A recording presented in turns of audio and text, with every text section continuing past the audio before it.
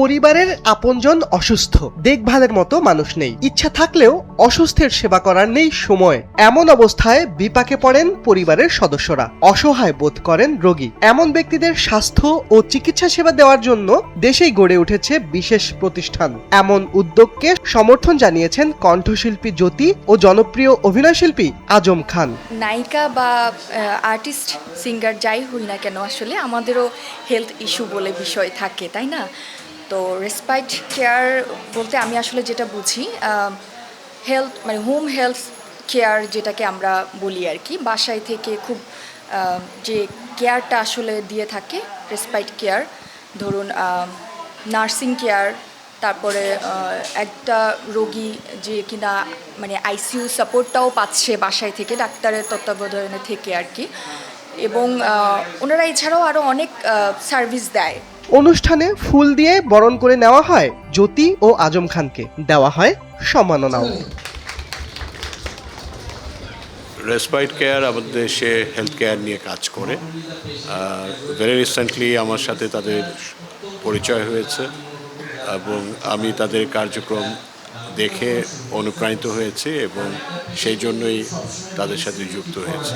অনুষ্ঠানে উপস্থিত ছিলেন চিকিৎসক সহ মেডিকেল সার্ভিস সংশ্লিষ্ট অনেকেই। রেসপাইট কেয়ারের মূল উদ্দেশ্য হচ্ছে মানুষের সেবা করা। আমাদের হচ্ছে এটা প্রধান উদ্দেশ্য। যেহেতু আমাদের দেশটা হচ্ছে এখনো উন্নত বিশ্বের সাথে তাল মিলিয়ে চলতে পারছে না, আমরা তাল মিলিয়ে চলার চেষ্টা করছি। সেবাগুলো সাধারণত অ্যাডভান্স কান্ট্রি থেকে শুরু হয়েছে। আমাদের যে সেবাগুলো আছে, আমি যদি সংক্ষিপ্ত আকারে বলতে চাই, this is call home health care.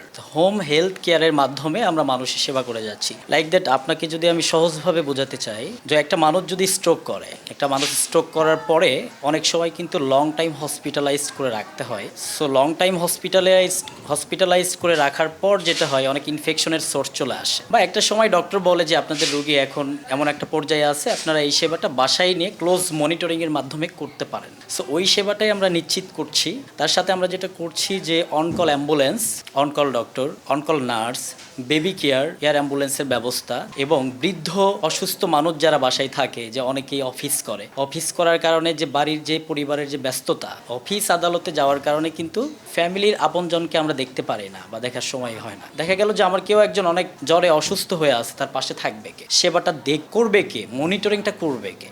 আমাদের বাংলাদেশে এখন চিন্তা করলে অনেক রুগী আছে যারা বাসায় অনেক বেশি অসুস্থ, আমরা তাদের টেক কেয়ার করতে পারি না। কেয়ার গিভারের যে ব্যাপারটা, নার্সিংয়ের যে যত্নটা, এটা কিন্তু আমরা সবাই কিন্তু জানি না। সো একটা রুগী যখন মুমূর্ষ অবস্থায় থাকে, যখন একটা রুগীর হসপিস কেয়ারের প্রয়োজন হয়, একটা রুগীর যখন প্যালিয়েটিভ কেয়ারের প্রয়োজন হয়, সেই সেবাটা কিন্তু আমরা খুব সুনিপুণভাবে দেওয়ার চেষ্টা করছি। আর আমাদের সাথে রাইট নাও অনেক বেশি নার্স, কেয়ার গিভার, ডক্টর কিন্তু সম্মিলিতভাবে কাজ করছে।